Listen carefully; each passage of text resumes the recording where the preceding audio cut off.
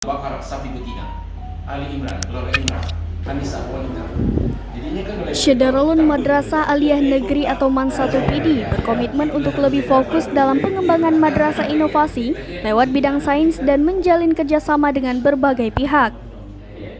Hal tersebut muncul dalam diskusi dengan para alumni yang aktif di berbagai lembaga pendidikan, seperti halnya Universitas Syah Kuala yang dihadiri oleh Dr. Muhammad Nazar MSI, Universitas Islam Negeri atau UIN yang dihadiri oleh Dr. Haji Mufakir Muhammad MA, selaku dosen pasca sarjana serta anggota Pusat Pengembangan Madrasah atau PPM Aceh, dan Dr. Muhammad Zulhelmi MA, Universitas Serambi Mekah yang dihadiri oleh Dr. Ramadan Tosari MSI dan Said Azhar, Kepala MAN 1 PD Darwin SAG MH, dari Komite Madrasah Junaidi Ahmad SAG MH dan Munawar Daud Harun SAG MH, serta Kepala Bidang Kurikulum M. Madahar SAG dan Wakil Kepala Kesiswaan M. Nazarullah SAG.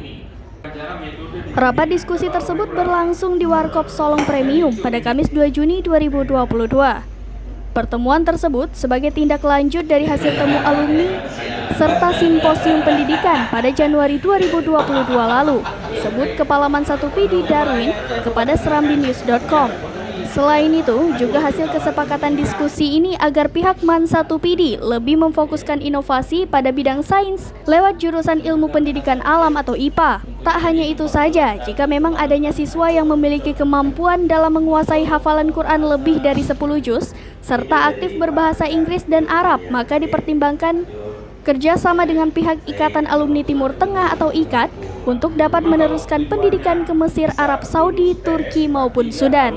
Ditambahkan Darwin, hasil resum rapat diskusi itu pihaknya segera melakukan tindakan berupa mewujudkan sekolah inovasi lewat kelas unggul dengan penerapan jam belajar pagi sore, serta para guru juga akan dibekali mutu jauh lebih tinggi, sehingga diharapkan peserta didik akan lebih berkualitas serta memiliki karakter yang tinggi. Dari PD, Idris Ismail, Serambi On TV. Ada bilang ada bawa sahaja bilang ni. Cara metode di bimbingan, dapat orang pula. Kan itu bimbingan.